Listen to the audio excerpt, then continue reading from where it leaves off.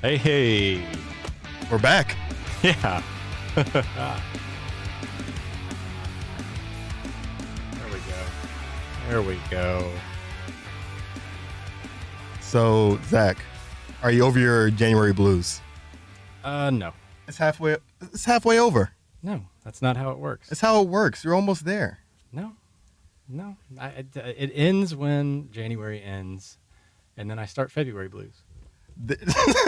Oh, it goes into February? It goes into February, and then that's about halfway through February, I get over those. Okay, so around Valentine's Day, it picks up. Maybe a little after Valentine's Day. Okay, not even Valentine's. Wow. Yeah, maybe after that. Because I see the light at the end of the tunnel. Okay. The light at the end. What about you, Anthony? Are you still ridiculously optimistic? Yeah, I'm chipper as ever. Okay. I'm good to go. Okay. Well, that's good news. Yeah. We got a, welcome to Freightonomics. Oh, yeah. Should intro the show, yeah, right? we should intro the show now that we've got What are we that over watching? with. Yeah, Freightonomics, where we talk about freight and economics together. Right. And we try to make it relatable, talking about what's going on in the market today as it pertains, all the macroeconomic functions and how they pertain to the freight industry, as well as the freight industry and how it is relating to the overall big picture. Right. So we do some deep dives into various topics and subjects. This is our fourth episode. Yeah. Fourth episode. And today, Anthony, what are we going to talk about? We're talking about a lot of California. Like, we're going to have a macro overlook, but we're also touching on California. I think you have a few stats to share with us. I've got a few. I got stat happy. So is I got stat happy. is California the January of the states for you, or? Sort of, yeah, sort of, but not entirely. That's not inaccurate. Okay. I don't just detest California, but the California market is one of the single most important markets in the freight industry. Yeah. Whether you like it, love it, hate it, indifferent, it has a huge impact, whether you like it or not, on the freight market in general. Yeah. Especially as it pertains to truckload and over-the-road trucking. But even those carriers that are, sit over there in the southeast or the northeast and think, I'm very insulated from California. What goes on over there doesn't affect me. I'm going to explain to you why you are slightly mistaken. Okay. Yeah, today. But California is one of the bigger economies in the United States, is it not, Anthony? It is. I think I misspoke, I think earlier on when I wasn't sure about California's population. I knew it was large. I knew it was up there, but I thought it was just behind Canada. Mm-hmm. But actually it's might already be at 40 million. Oh, that's the GDP. That's the population. Oh, the population. Yeah. Okay, I was like, that seems a bit off. Yeah, I was like, it's like $40 million. Yeah. So I thought it was just under the Canadian population. So the Canadian population's at 37 I got you. million or so. But yeah, it's a small country, or yes. a mid-sized country. Is it not a republic? The Republic of California? Yeah. I'm sure a good 1/3 of the people from California would argue that, and I think another of them would want to distinct or really section themselves off from other Californians. Okay, so we're gonna dissect this state. Yeah. We're going to talk about all the different markets and the different areas of it as much as we can in an hour. We obviously could spend days talking about California, but I don't really want to do that either. Okay. But we're going to talk about how it interconnects with the market and why that's important today in January. Right. Then we're also going to talk about some reefer activity. Yeah. Because that's a good transition from California to reefer activity. And then you're going to hit up some macro reporting. Some macro stuff. Yeah. And I might have a few West Coast gems. Yeah, and we've had some pretty decent positive reports on the macro side of late, have we not? We've had a couple. A lot pertaining to, of course, the consumer side of things. Yeah. Manufacturing, you know. They're going to keep spending their money. Oh yeah. But the manufacturing side, we've got positive information on manufacturing. Well, we have the phase 1 deal, which some manufacturing is gonna get involved in that. A lot of agricultural stuff, but yeah, we have a few talking points today. All right. Well, let's dive on into this California freight market. Let's hear it. So, California currently has the largest outbound freight volume in the United States in the combined markets of Los Angeles and Ontario, California. So the Southern California markets occupy approximately 5.91% of the overall outbound volume in the United States. That's currently. Okay. It was averaging almost 8% of the entire country's volume, which would have been the largest by a country mile. Now, I did combine these two markets for this purpose because they do, our markets in our system, which comprise of, it's basically like they split LA in half effectively to divide up those volumes because they are so large. Just for the purposes, you have the coastal volumes and then you have the inland volumes, the ones around Fontana, Ontario, which is a huge industrial epicenter for, DCs and warehouses and all this storage. And that's largely due to the port presence there. Most of the freight that we have in this country comes in through China. Right. I shouldn't say the most of the freight. I should say most of the imported freight that we have in this country comes through China. And roughly a third, if not larger, is imported into the country. Gotcha. In the overall freight market. So, and Los Angeles is the largest area for that activity, even though it has been diminishing over the last little bit. So on top of that, so you also have, to the north of that, you have San Francisco and Stockton. Yeah. Now, we're going to talk about those independently of this. I'm going to start off with some Southern California market stuff, and then I'm going to digress into the Northern California market, where we will then also hit on the Fresno, Central California Valley, which I'm going to treat slightly independently. Going to make them on their own little island out there. Okay. I'm sure they would appreciate you for that. Yeah, I think so. Okay. I mean, a lot of that, you've seen the political demographic out there. You've got the blue down there around L.A., then you got the red in the middle of the state. So they're probably okay with it. Oh, yeah, I'm sure they're right on board with this. All right. So largest market in the country in Los Angeles and Ontario. Second, of course, is the Chicago-Joliet area, which occupies roughly about 3.5% of the total outbound volume in the country. Now, Chicago and Joliet, a lot of that freight originates in L.A. Now, I'm getting a little bit of mixed results on some of this research that I didn't quite get to finish, but there is a big chunk of this freight volume that impacts, I think it's roughly 15 to 20%, and this is preliminary results from this that I was trying to tie together the rail and the truckload volume in this particular study, but it looks like about 14 to 20% of the freight originating from Chicago has at some point been in Los Angeles. Gotcha. Yeah, and so I will certainly follow up and make sure that I did not, forget to subtract something. Right. But this is one of the biggest reasons that California is a big freight market. Yeah. In your travels, what do you you grew up out on the West Coast. Yeah, I spent some time Arizona for about 8 years, 5 years in New Mexico, go Aggies. There you go. But in your travels out there, you can kind of tell that area of the country is, it rules the West, is it not? Yeah. Everything that you do out there is like pivotal on Los Angeles. Yeah. Because you have such huge gaps of space, population, empty space. Empty space all between, And you have to go, 400 or 500 miles just to get to the next city. Right. Unless you're in LA, which you have to go 400 to 500 miles to get out of it. Right. Exaggerating, obviously. But that's kind of the point here. So a few more stats. So 64% of all the volume in California comes out of these two markets. Yeah. Some of that's intrastate. Approximately 52% of the freight that originates in California is intrastate volume. So you can apply that to that 64% of all the freight out of California comes out of Los Angeles. It's a big number. It is, the biggest non-intrastate lane as a destination is you want to guess? Non-intrastate lane? Non-intrastate. So does not go from like Los Angeles to Sacramento. Don't cheat. Okay. Largest intrastate lane. Largest non-intrastate. So it's leaving the state of California. What's the biggest one?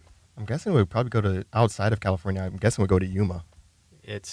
You're close, but not Yuma. It's going to be, I guess technically you're right because Yuma's in the Phoenix market. Yeah. So the Phoenix market is the largest interstate lane. Okay. as a destination. And then this one kind of shocked me. Seattle showed up as, one of the biggest lanes. I guess it was the third.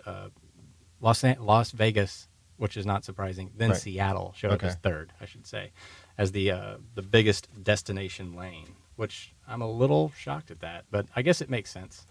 I was, when I worked in the space back in the day, we definitely had, we had Los Angeles as a hub for the West Coast, if you will, and we had everybody go, basically we just originated a bunch of freight into, all these markets, Salt Lake City, Denver, Las Vegas, Phoenix, all those markets were big inbound points from LA. So I guess it makes sense because we set it up that way. Right. Why else would we do that except for the fact that that's the natural flow of freight in the United States? Right. So Seattle being number 3 was a little shocking because I guess it's not that shocking because it's heavy inbound, huge backhaul market. Gotcha. Not a lot of freight coming out. Right. A lot more freight going in. Right. Et cetera. So that's not that shocking. So another fun fact about the Los Angeles market. It is the number 1 outbound container market in the United States.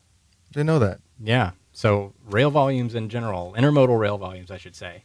It's the number 1 outbound point in the United States, and it's followed closely by Chicago. So it's really like an all-in-one. It's a hub. It's a huge hub. It's a hub. It's a hub. Surprise. Huge origination point. Well, you think about it, it makes total sense. Yeah. You've got rail that travels super long distances. It's cost effective in general. A lot of the time, a lot of this freight that's coming in off the port is not service, intensive. We had Mike Bodendistel on here a few weeks ago, Right. Talking about some of their service concerns on the rail.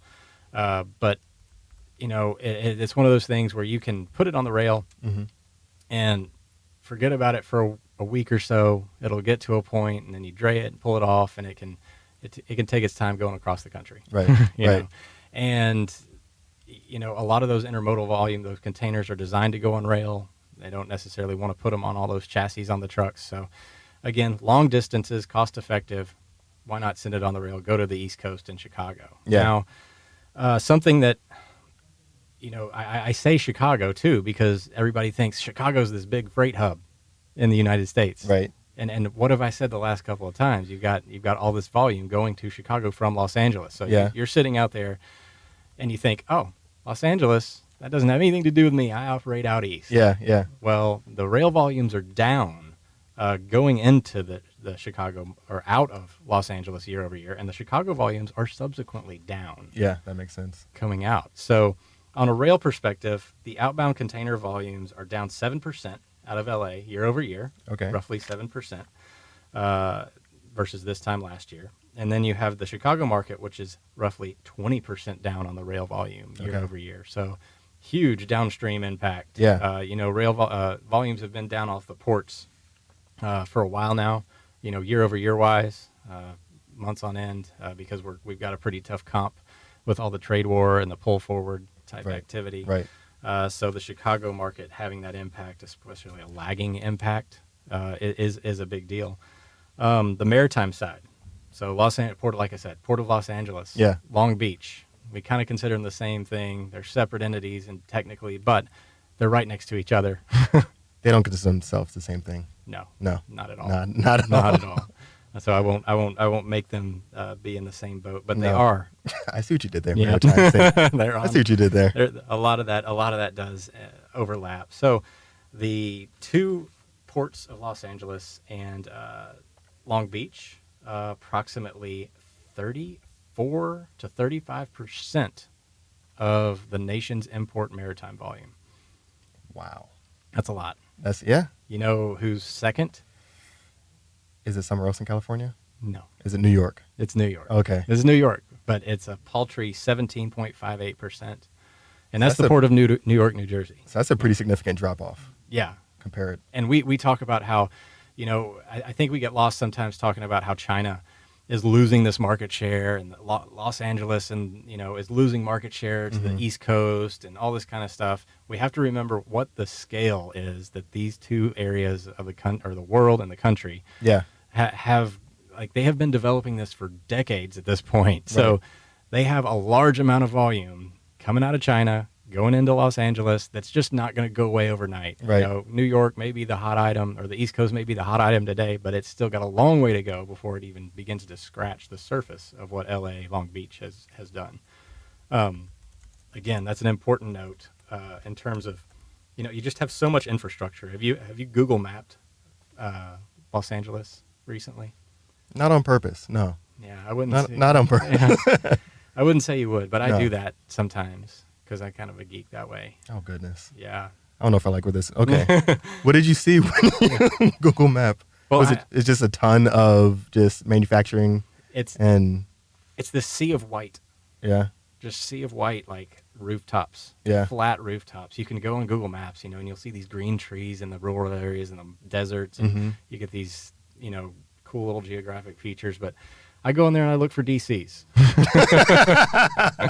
I like it. and warehouses. And, I like it. And if you look at just the Ontario, Fontana, San Bernardino area, it is nothing but just oceans of DCs and warehouses. Gotcha. And so people can't simply just say, you know what, I'm not going to be here anymore. I'm going to go on over here now and have, you know, these huge square footage facilities, Yeah. you know, positioned, especially geographically desirable to, you know, the container movements coming off the port. Gotcha. So they can't just up and move, you know, they can't put it on the truck and say, all right, we're going to go up here now. Yeah. No, that's not how it works. Yeah. But it is insane. If you ever out in LA or Ontario, I should say, drive down that road. There's a road there. I forget the name of it, but it is just straight up, just warehouse row, literally. Really. I mean, I respect the dedication where, you know, you're on Google Maps, you're scoping out the area and all that. I mean, Yeah. it's admirable. I got to know what's going on, why things are Yeah. where they are. Yeah. That's that intellectual curiosity that really drives the analysis and progress forward. Yeah, and I guess for those of you that are interested in some other market shares, and again, most of this data, I guess all the data I've said so far is available in our Sonar platform. Yeah. You know, I get into that data pretty deeply, Yes. hence my nickname. The Sultan. Yeah. The Sultan of Sonar. Right. The Savannah market is sitting been at number, growing a lot. Yeah, number 3, but it is only 7.3%. These sound like just like little league numbers in comparison. Yeah. I mean, you've got 35% of the market Yeah. imports coming in through one little area, and then all of a sudden it's like, oh, yeah, these guys are there too. Yeah. Yeah. But, you know, they've been developing this for years. Like I said, Savannah's really grown over the last, you know, several years. They've been on an extreme upward trajectory over Right. the last 5. But they got a long way to go if they want to compete with The LA likes Long of Beach. California.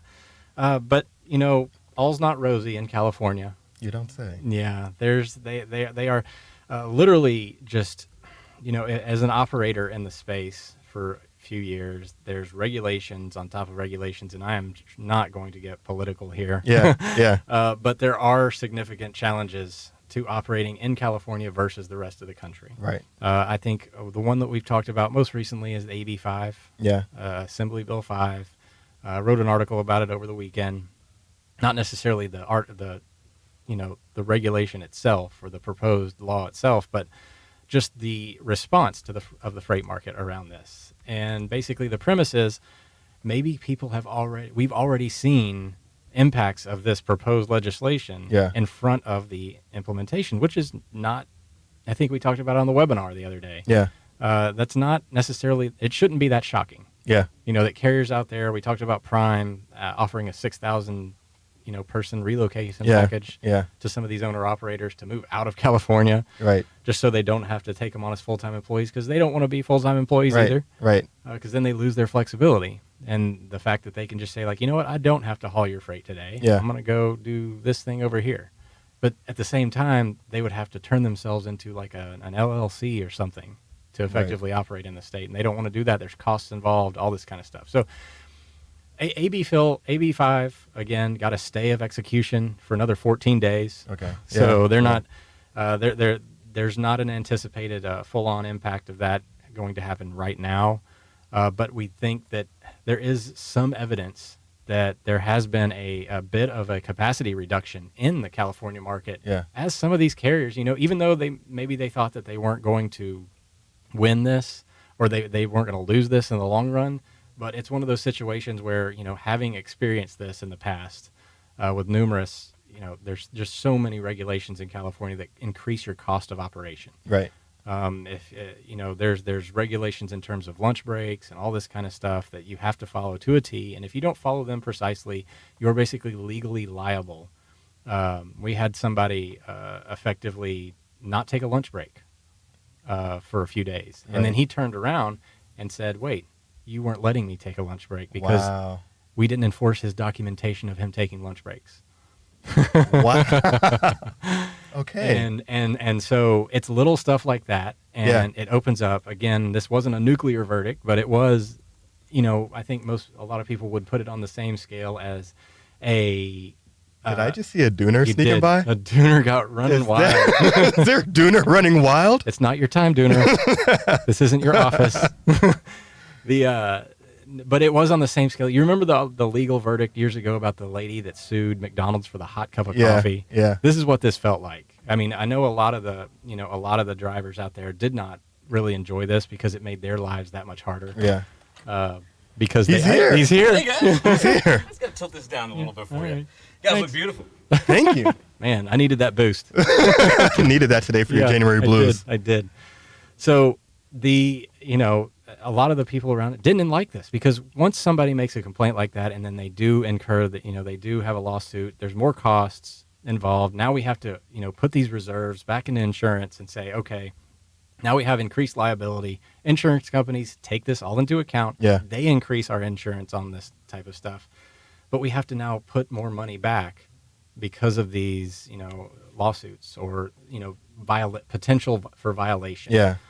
So all these regulations add up and effectively make it very difficult for a carrier to want to operate in the state. Number one, Yeah. I mean, they simply have to because of the And sheer volume. it's an additional barrier to entry. Yes. Yeah. And- Big time. But at the same time, when you have one state operating so disparately to the rest of the country, you see this in the housing market. Yeah. California housing prices. Like Yeah. people will, unless you've grown up there or live there or inherit, have basically developed your net value in your property over time, you have a lot of trouble moving into that state. Yeah. And purchasing a house. House prices out there right now? Yeah, they're up there. I mean, especially when you get to like those larger metropolitan areas. Yeah. And there are a few. I mean, since you brought up the topic of California, Zach. Okay. I mean, there are a few regulations, and as you mentioned, I'm not going to get political with any of these stuff. No, So, I'm going to stay out of that. but Leave that for Thanksgiving dinner. I'll leave it for Thanksgiving dinner. I am, from my economic standpoint, from my mind, I'm not a fan of regulation. I'm not just saying, hey, run wild, all that stuff. But a lot of times when we see regulation or certain types of innovation, and really government stepping in or any kind of party that's outside of the market stepping in, it kind of starts to try to push and pull levers that are a little bit more complicated than this one thing. And then we have this spin out effect of every other thing that's been kind of impacted that hasn't really been considered too strongly.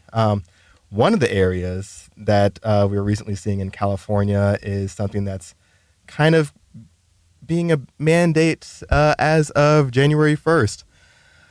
It's a solar mandate. Oh, here we go. Yeah. So set to go, in fact, it's going to be a solar mandate that all new builds and some of the low-rise apartments are going to be required to have solar panels on their roof.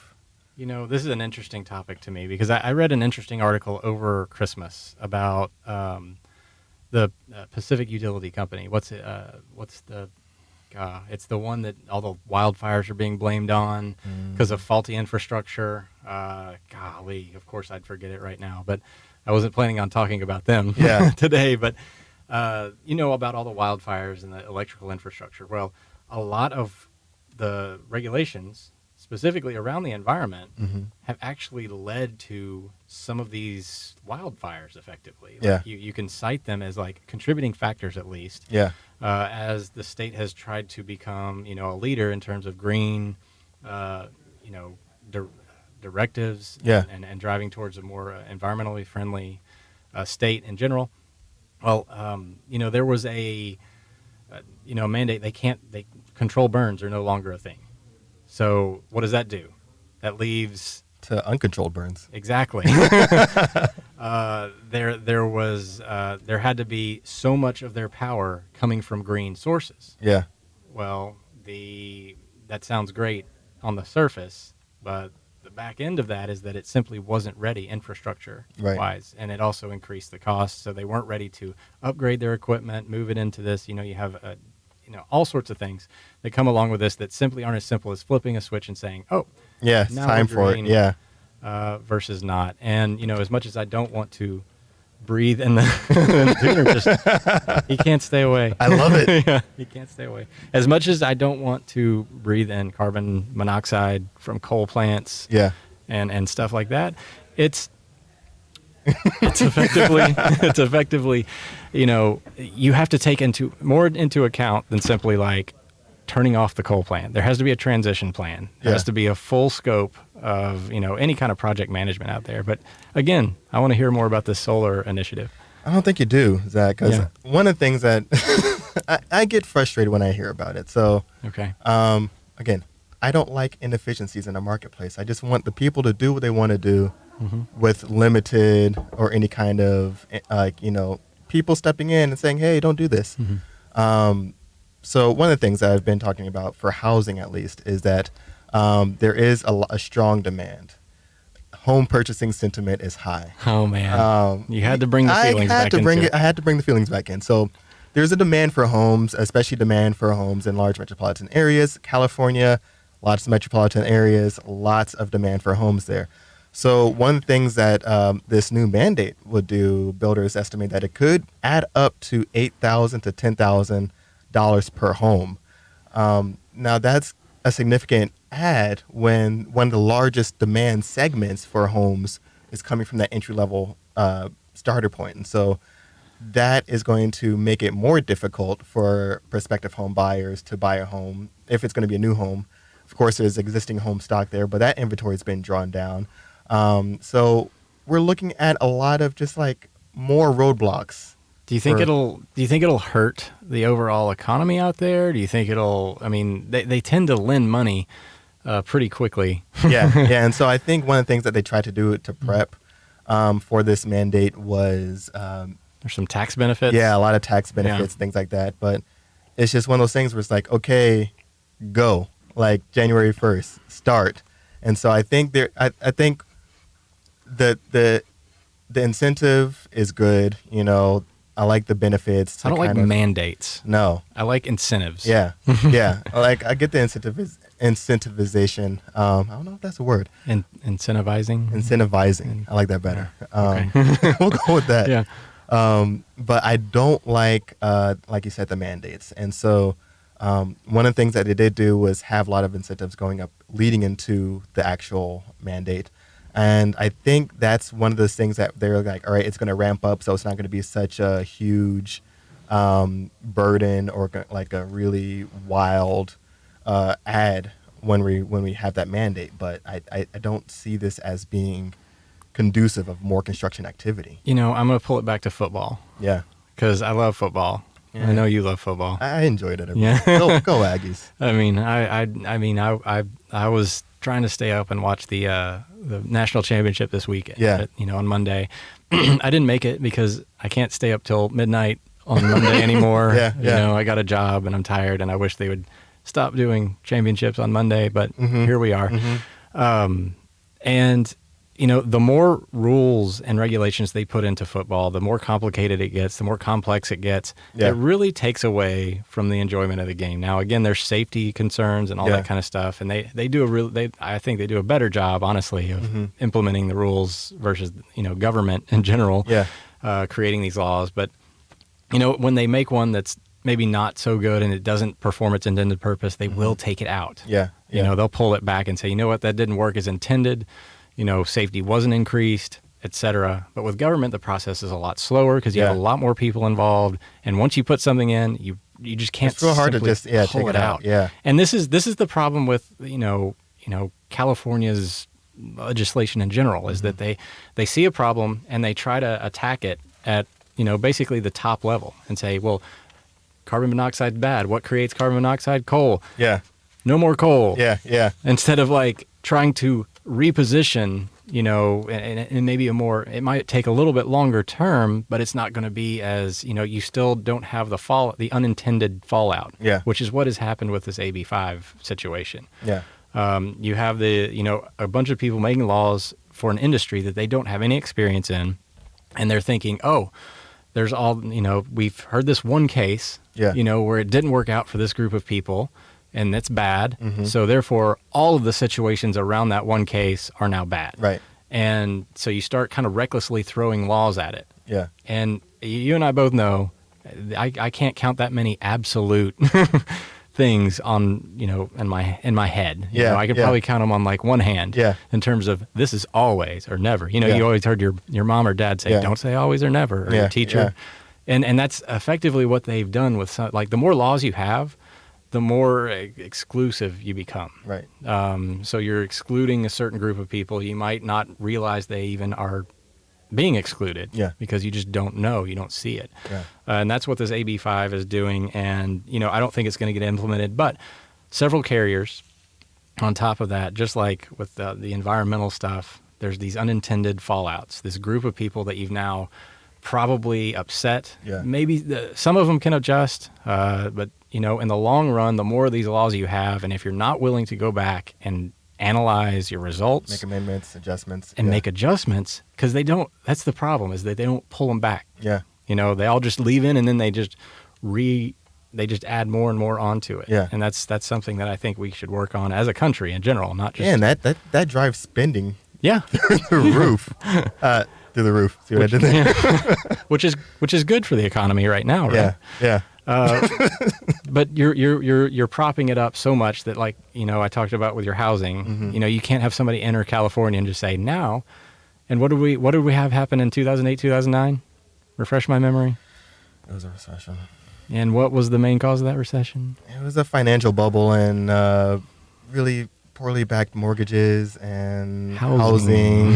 and what it were all the came biggest? together. What were the biggest states hit? California. Oh, that's crazy.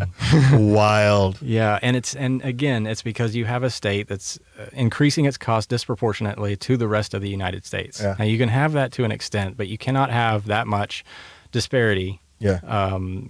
Happen that fast. Right. You have a lot of people moving out of California that can pay cash for any house Mm-hmm. throughout the middle of the country. Yeah. And they do that, and they drive up prices in those areas Yeah. slowly. But it's, that's fine. But when you have it being that disparate, and this is what happens operationally from a trucking company's perspective. Yeah. So now, instead of wanting to operate in California, they figure out ways around operating in California, and they can get around it. Yeah. Yeah. And that's the big thing about regulations is that people are smart, businesses are smart. They always find loopholes. They always find a way to exploit the system and like, hey, you said this is this, but you didn't cover this, and so this is my loophole around it. And I think that's exactly what's going to happen with some of these potential mandates for solar panels on new homes being built in California. There's also more.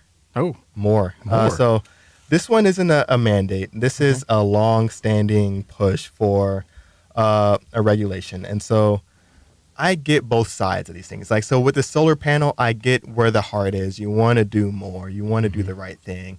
And you want to force more people to take action. And so this one is called Senate Bill 50. I've been watching it for some time now.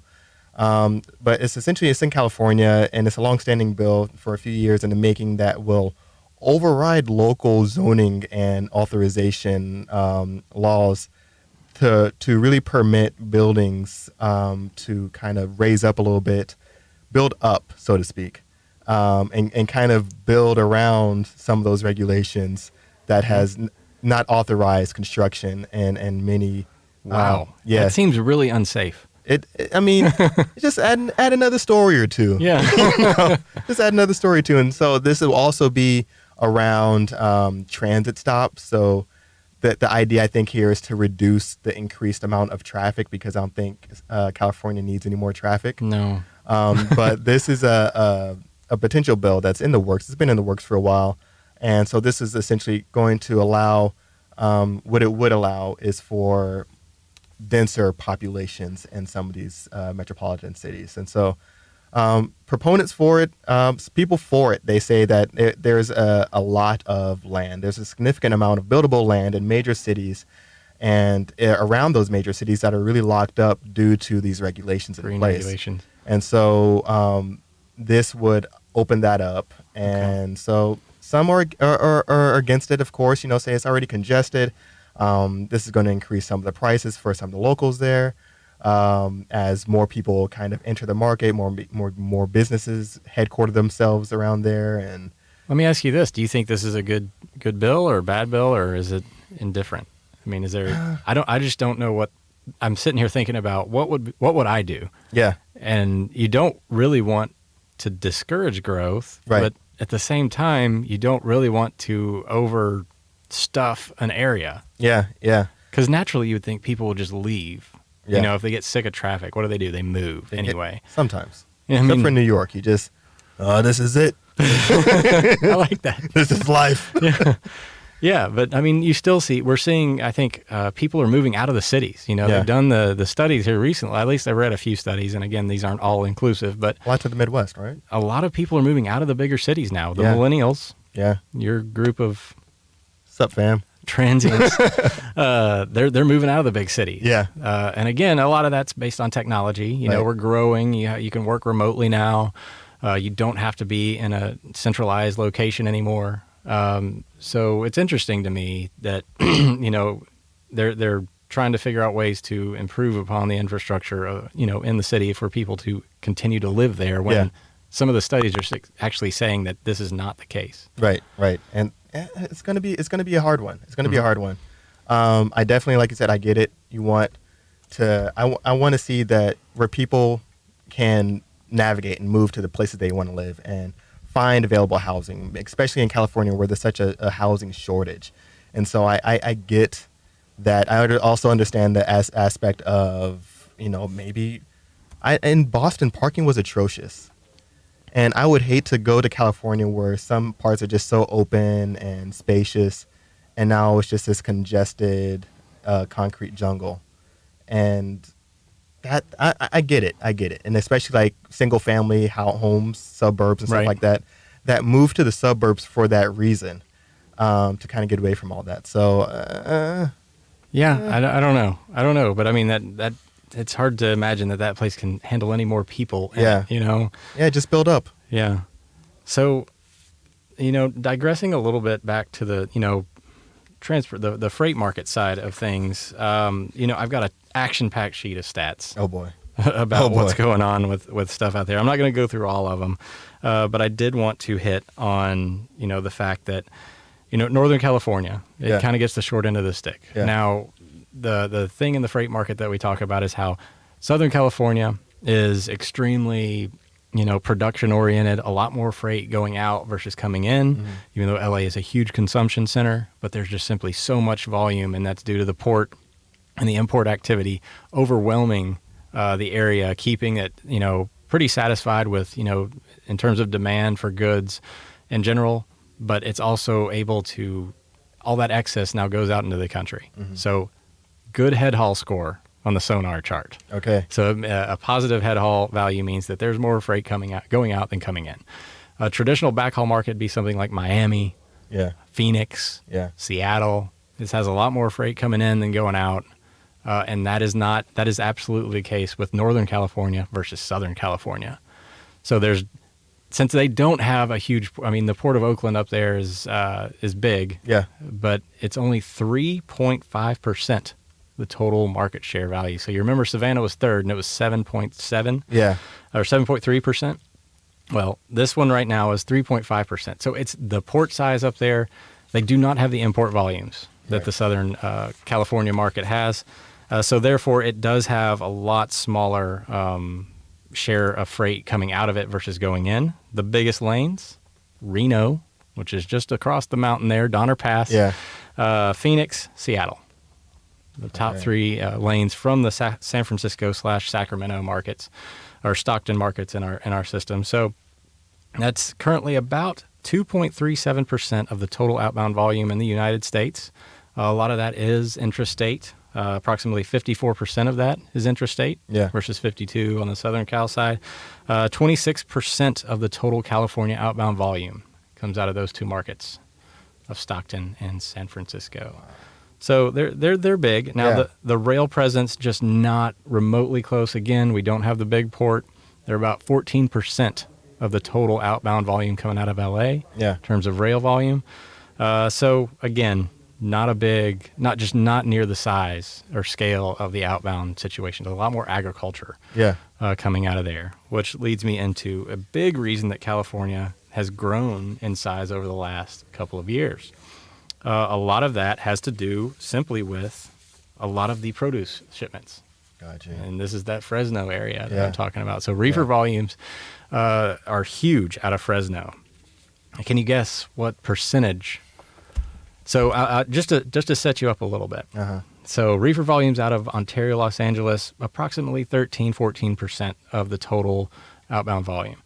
Coming out of Stockton, San Francisco, about 11%. Okay. So what would you guess Fresno reefer outbound activity is? Now, Fresno, just for those of you who don't know, is the Central Valley of California. Lots of produce there. You've got the Salinas Valley that produces all the lettuce and cruciferous stuff. But you have a huge amount. This is more the Mediterranean. Tomatoes and onions and all that kind of stuff is made in the Fresno valleys over there. You've got what is it, Gilroy, the garlic capital, which again just south of San Francisco. It's not totally Fresno, but a lot of these plants produce the byproduct of all this produce. So you have tomato sauces and things like that they put in cans, all the fruits, vegetables, asparagus, peaches, name it. Strawberries, huge strawberry production over there in the Central Valley. So how much reefer volume of the overall Fresno market, how much of it is by our system's account? I'm going to go with 17%. 45. Wow. 45%. And that's based on the national average is roughly, and it fluctuates. And I just pulled these numbers on just recent, like as of today, volumes, because I didn't have time to go back throughout the entire year. But the total market is roughly in the 15 to 20%. Jeez. And this market is heavy reefer. So nearly double. Yeah. So, there's tons of produce and reefer activity in that Central Valley, and it operates almost independently of the rest of, that's why I pull it out. Reefer activity this time of year is still relatively decent. We've seen volumes come down a little bit, but year over year they're up slightly at this point, not a lot. Kind of online with the rest of the market, dry van volumes. But we've seen some increases, and one of the biggest increases in the country right now is coming out of, you said it earlier, you were talking about it as a destination point. Yuma, Arizona. It's that time of year. There's a salad bowl. I remember you talking about that this on morning. FreightWaves now. There's a salad bowl down there. So there's a specific type of soil that you need to grow this lettuce, broccoli. It's only in like 3 places in the world that you can do this effectively. One of them's over in Europe, in the Mediterranean, where they were born and raised. All your kale, spinach, things like that, they grow out of this like volcanic soil. And it exists in a specific area, the Salinas Valley in California, and also down around Yuma, Arizona.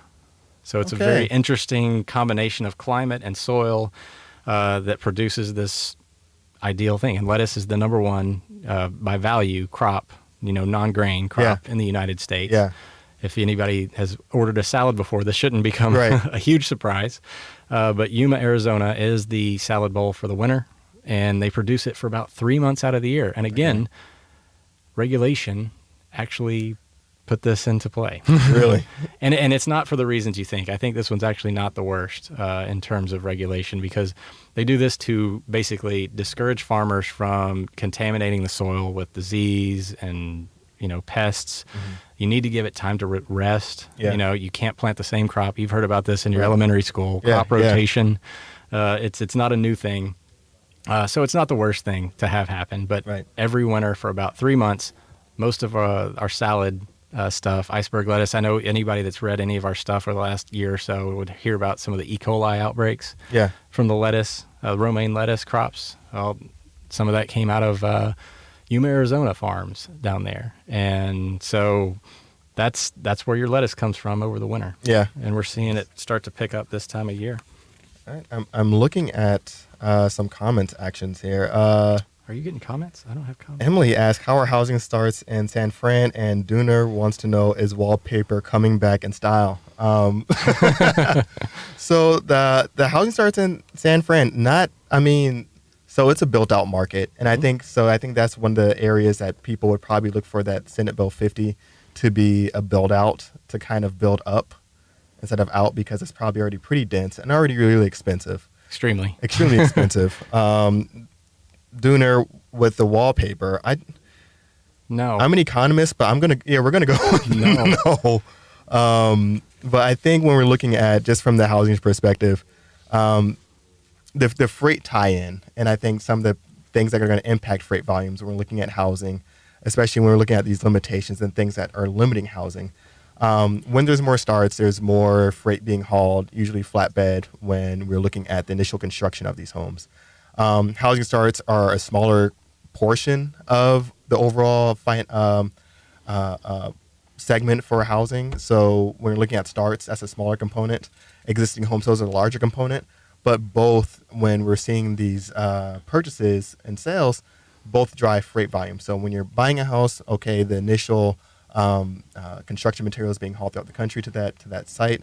But usually when you buy a house, you fill it up with more furniture, appliances, things like that. So there's this downstream effect there that helps going to drive more freight volume, essentially. And with existing homes, when people do remodeling, I think remodeling is going to have a pretty significant, a pretty strong year this year. We're looking at remodeling markets and industries, especially because the inventory is so tight. I think those that maybe are in the market for a new home might start to remodel, and I think that might contribute to some freight volume as well. Thing is, because the inventory is so tight, I think there's going to be less emphasis and less onus on... It won't be construction. It'll be more the finishings, right, furnishings, right, and remodels. Yeah. I think there's going to be less onus on homeowners that are looking to sell, as opposed to like in a down housing market. Oh, where they have to remodel it and get it cleaned up, ready to sell. Yeah, Gotcha. So I think that's going to be a little bit of a market shift. But yeah, Dooner, I'm not really thinking Wallpaper is going to be... I don't know why that would ever come back. Maybe Marvel Wallpaper for like a Fanatic or something. I don't know. I can't imagine. I barely remember Wallpaper. An open concept kitchens. I Yeah. mean, that's the whole thing these days. Also, real quick, I wanted to give a shout out to the Logistics Managers Index. Yeah. So give some background on the Logistics Managers Index. This is a really cool thing that we do here. Yeah, so it's a diffusion index, and so it's, hopefully I don't forget anyone, but Arizona State University, Colorado State University, Rochester Institute of Technology, Rutgers, University of Nevada, Reno, and did I say the Rochester Institute of Technology? No. Okay, Rochester Institute of Technology. And it's in conjunction with the Council of Supply Chain Management Professionals. So I was able to chat with Zach Rogers, hey Zach, over there. And so we touched base about, going over the LMI usually once a month. And so what it is it's similar to the Purchasing Managers Index. And so the LMI is based around the number 50.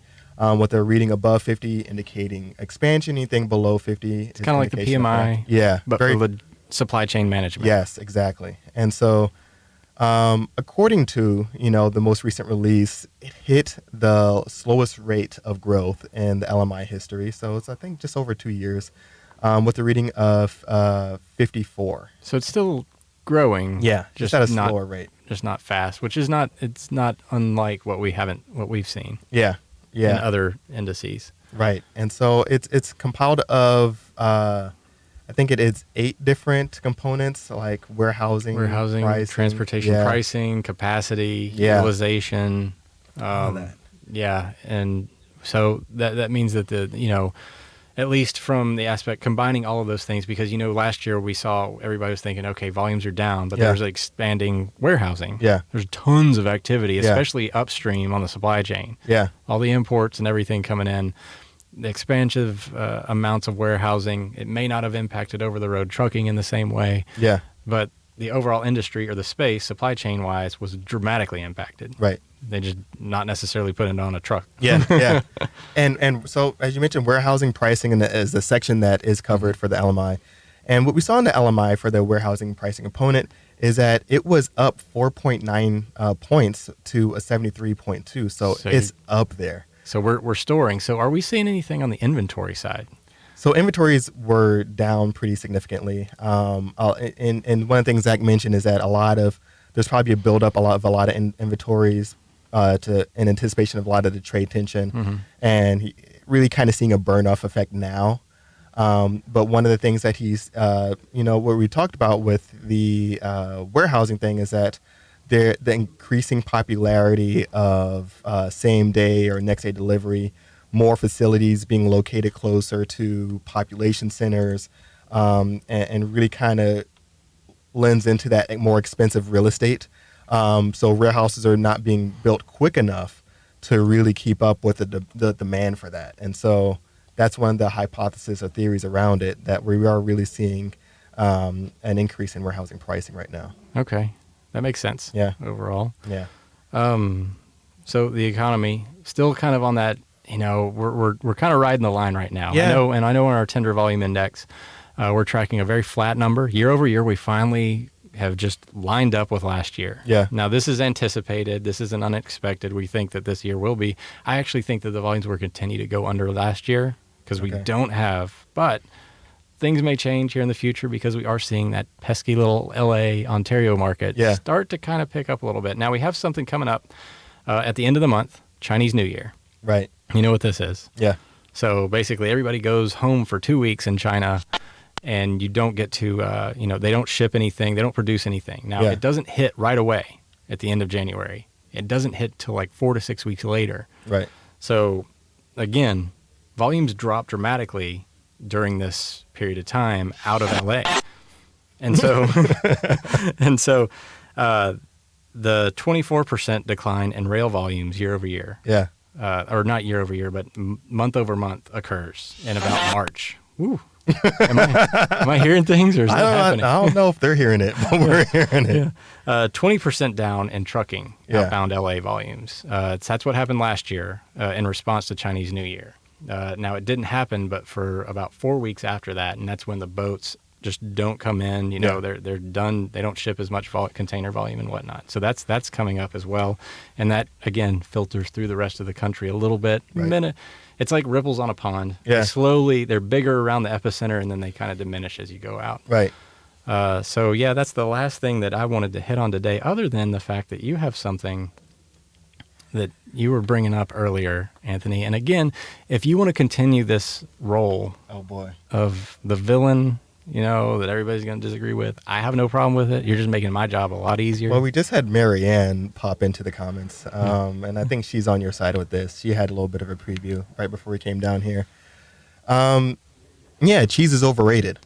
I mean, what's your premise? Like, what are you? It can't stand alone. So what? Like, it needs it needs macaroni, so it needs pasta or noodles. You know what macaroni is without cheese? I don't know. Garbage. No, it's not. It's no, bland. It can be spaghetti. Garbage. No. You know what? You know what grilled cheese is without cheese? Bread. That can be used for something better. Couple of slices of bread. That can be used for a sandwich. What cheese is for. You know what they do when you go to Subway? What's that? They don't even acknowledge the fact that you don't want cheese on it. They just ask what kind. They just say, "What kind of cheese do you want?" And it's all the same. It's all the same. It's not the same. Their cheese isn't superior, and I'm not defending that. It's pretty weak cheese in general. But I can't eat a sandwich, at least a deli meat sandwich, without some form of cheese on it. I can't eat cheese without something else with it. You can't. You've never had like a bite of smoked Gouda? No. What about Havarti? It's all no. I don't feel like you've actually tried any of these. I had what does he call it? A charcuterie board or something like. Mary Ann is not having it. She's saying no. But yeah, I don't know. It's not for me. Okay, next time go order a pizza, no cheese. Tell me how that works. Tell me that you loved it and it was far better than your experience with pizza without cheese. I mean, you hated on the Chicago. No wonder you didn't like Chicago pizza. Yeah. Because it's action-packed with cheese. It doesn't And need that much. So you don't like bacon.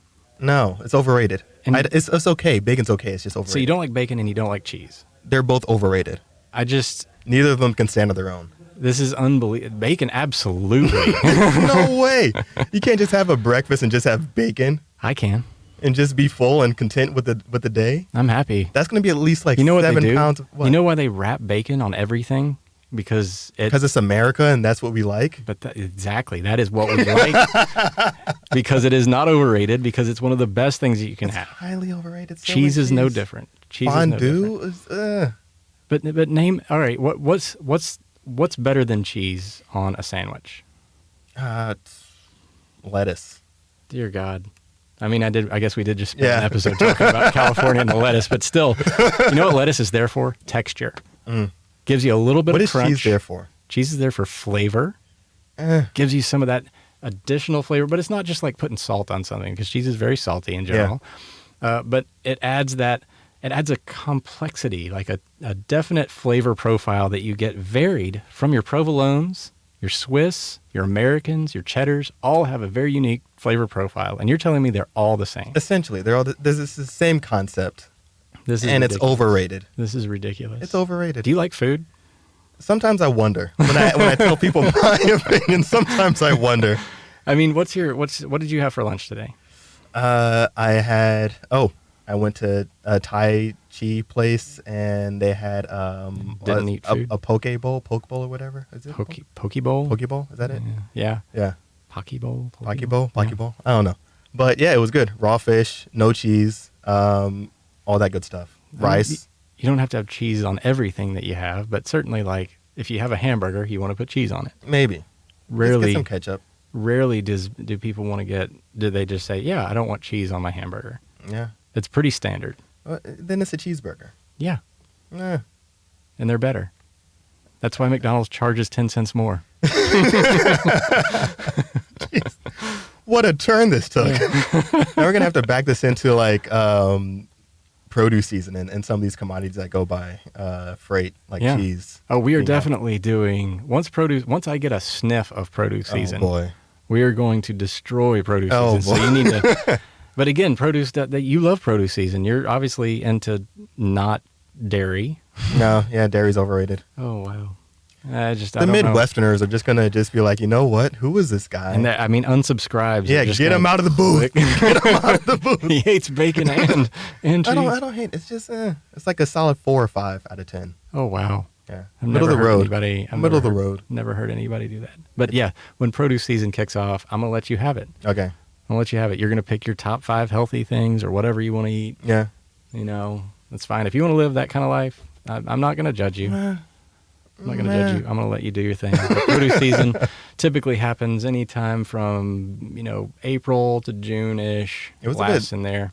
Early then delayed last year. Like it started, like we thought it was going to kick off and then it just kind of died out. The timing means everything. Yeah. Because people are, in general when it is, but you never know when you're going to get those spikes of harvest because if it rains, they can't get out in the field and harvest all the lettuce. It's basically when they return to California, the Yuma situation that we were talking about. They move back to California and all this stuff comes out in mass all at once. Yeah. It takes about a 90 to 120-day cycle to grow it. So you have these certain fields that'll pop all at once because all the pent-up demand, and then it'll just be all on. Yeah. Well, speaking of produce, last thing to mention here, I think we're coming up on time. We are. The Phase 1 deal got signed today. Oh, yeah. That is a big deal. And that's going to really kind of help out some farmers. And China was a big consumer of our produce until they weren't. Probably not that much cheese. I got to look into that. They were into our pork products. Yeah. Bacon. I see. Yeah.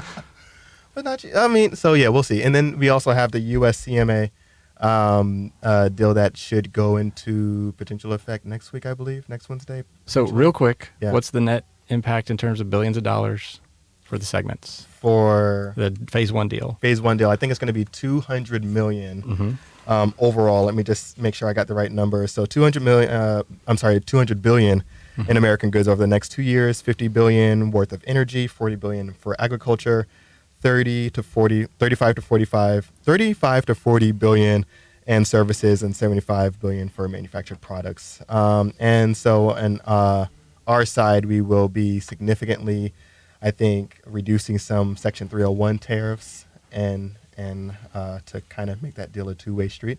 Also, some intellectual property things. Yeah, Trump's been big on that one. Yeah, yeah, and I think many people are saying it's also going to help out China as they're having a growing technological field. So in the future, that should be something to benefit them as well. It's always hard to tell what's going on over there. Yeah.